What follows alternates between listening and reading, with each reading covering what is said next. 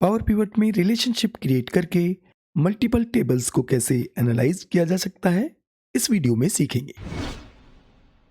यहाँ पर हमारे पास 3 अलग अलग वर्कशीट्स हैं। फर्स्ट शीट है सेल्स के नाम से, जिसमें सेल्स डिटेल्स दी गई हैं, जैसे customer ID, product ID, quantity और सेल्स। सेकेंड वर्कशीट है प्रोडक्ट्स के नाम से, जिसमें प्रोडक्ट आईडी, प्रोडक्ट नेम और प्राइस दिए गए हैं। और थर्ड शीट है यहाँ पर कस्टमर्स के नाम से, जिसमें कस्टमर डिटेल्स दी गई हैं, कस्टमर कोड, कस्टमर नेम और सिटी। अब यहाँ पर जो ये सेल्स डेटा है, जिसमें सेल्स डिटेल्स दी गई हैं, इसमें हमें कुछ और इन्फॉर्मेशंस ऐड करनी है, जैसे product name, customer name, city आदि। और ये डिटेल्स ऐड कहाँ से करनी है? इन वर्कशीट से। तो इसके लिए हम यहाँ पर तीनों शीट्स के डेटा के लिए एक सिंगल पिवट टेबल कैसे क्रिएट करेंगे, पावर पिवट रिलेशनशिप का यूज करके। तीनों वर्कशीट्स पर जो भी डेटा है वो एक्सेल नॉर्मल रेंज में है। तो पहले हमें यहाँ पर सभी शीट्स पर दिए गए डेटा को टेबल्स में कन्वर्ट करना होगा। इसके लिए डेटा रेंज में किसी भी सिंगल सेल को सिलेक्ट करेंगे और इंसर्ट पर क्लिक करेंगे। यहाँ पर देखिए ये ऑप्शन है टेबल का। इस पर क्लिक करते ही डेटा रेंज टेबल फॉर्मेट में कन्वर्ट हो जाएंगी, या फिर इसका शॉर्टकट की है Ctrl+T। ओके करेंगे, यहाँ से रेंज टेबल फॉर्मेट में कन्वर्ट हो जाएंगी। अब यहाँ पर हम इस टेबल को एक रीजनेबल नेम दे देंगे, क्योंकि एक सेल्स डेटा है तो नेम दे देंगे यहाँ पर सेल्स। एंटर करेंगे। सेम इसी तरह से प्रोडक्ट्स वाली शीट पर आएंगे और इसको भी टेबल फॉर्मेट में कन्वर्ट करेंगे। Ctrl+T प्रेस करके ओके करेंगे और यहाँ से रीनेम करेंगे। नेम दे देंगे प्रोडक्ट्स। एंटर। थर्ड शीट पर आएंगे, Ctrl+T प्रेस करेंगे। यहाँ पर माई टेबल एज एडर्स वाले चेकबॉक्स को चेक करना है। ओके करेंगे।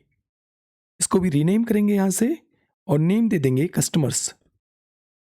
एंटर करेंगे। अब तीनों शीट्स के डेटा को हमने यहाँ पर प्रॉपर एक्सेल टेबल्स में कन्वर्ट कर लिया है। अब इन टेबल्स को हम यहाँ पर डेटा मॉडल में लोड करेंगे। इसके लिए डेटा टैब पर क्लिक करेंगे और यहाँ राइट हैंड साइड में ये ग्रीन आइकन आप देख सकते हैं डेटा मॉडल के लिए। इस पर क्लिक करेंगे और मैनेज डेटा मॉडल पर क्लिक करेंगे तो यहाँ पर इस तरह का पॉपअप आपको दिखाई देगा। यहाँ इनेबल पर क्लिक करेंगे। अब इस तरह की विंडो यहाँ पर ओपन होगी, पावर पिवट विंडो। इसको सिंपली यहाँ से क्लोज करेंगे। अब यहाँ एक्सेल में आप पावर पिवट के नाम से एक टैब देख पाएंगे। इस पर क्लिक करेंगे और यहाँ पर यह ऑप्शन है ऐड टू डेटा मॉडल। इस पर क्लिक करेंगे तो जो करंट टेबल है हमारा कस्टमर्स के नाम से, वो डेटा मॉडल में लोड हो जाएगा। ये आप यहाँ पर देख सकते हैं। इसको यहाँ से मिनिमाइज करेंगे और ये सेकेंड वर्कशीट पर क्लिक करेंगे। यहाँ पर प्रोडक्ट्स के नाम से हमारा टेबल है, इसको भी ऐड टू डेटा मॉडल करेंगे। क्लिक करेंगे सिंपली। अब ये टेबल भी यहाँ पर डेटा मॉडल में लोड हो गया है। मिनिमाइज करेंगे इसको और वापस से सेल्स वाले टेबल को भी हम ऐड टू डेटा मॉडल करेंगे। अब आप यहां पर देख सकते हैं तीनों टेबल्स हमारे डेटा मॉडल में लोड हो गए। अब यहां से आप इसको क्लोज भी कर सकते हैं और वापस से यदि आपको पावर पिवट वाली सेम विंडो चाहिए तो यहां मैनेज पर क्लिक कर देंगे तो सेम विंडो यहां पर ओपन हो जाएगी।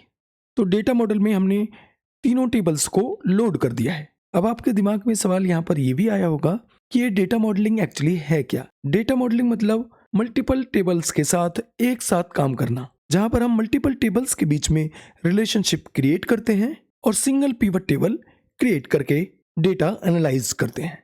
अब बारी है यहाँ पर हमें रिलेशनशिप क्रिएट करने की। तो यहाँ राइट हैंड साइड विंडो में आपको डायग्राम व्यू दिखेगा, इस पर क्लिक करना है। अब यहाँ पर आप तीनों टेबल्स को देख सकते हैं, कस्टमर्स, प्रोडक्ट्स और सेल्स। और जो भी फील्ड्स टेबल्स में थे वो सेम फील्ड्स यहाँ पर विजिबल हैं।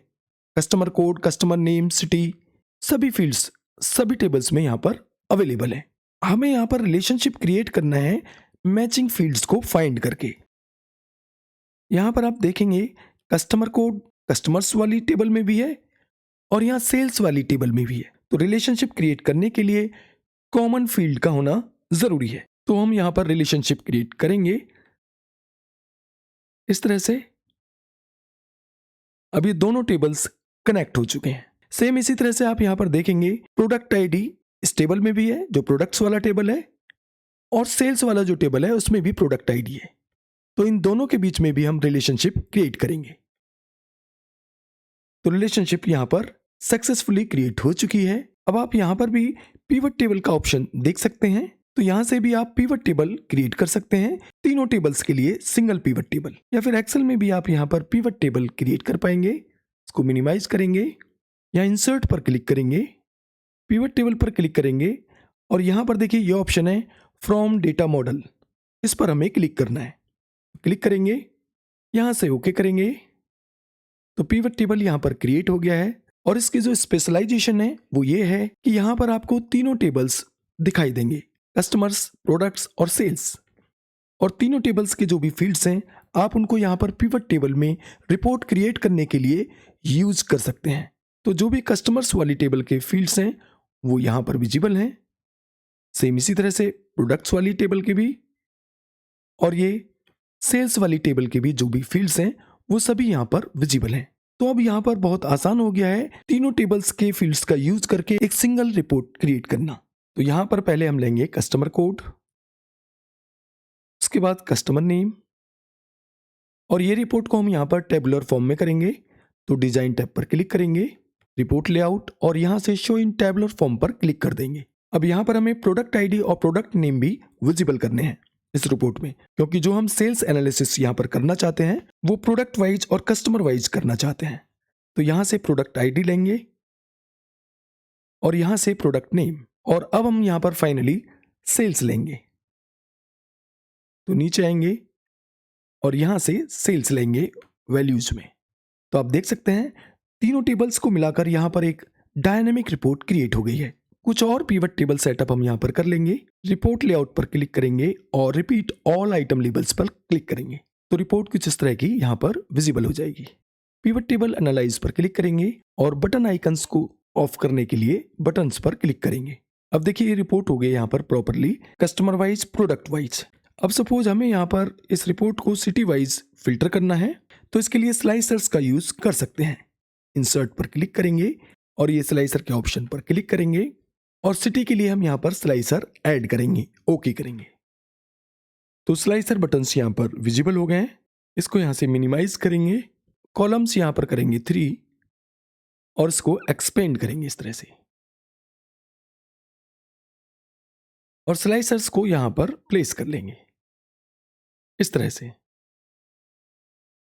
अब मान लीजिए हमें यहाँ पर केवल लखनऊ सिटी का डेटा विजुअलाइज करना है तो स्लाइसर बटन पर क्लिक करेंगे तो आप देखेंगे ये रिपोर्ट लखनऊ सिटी के लिए फिल्टर हो गई है।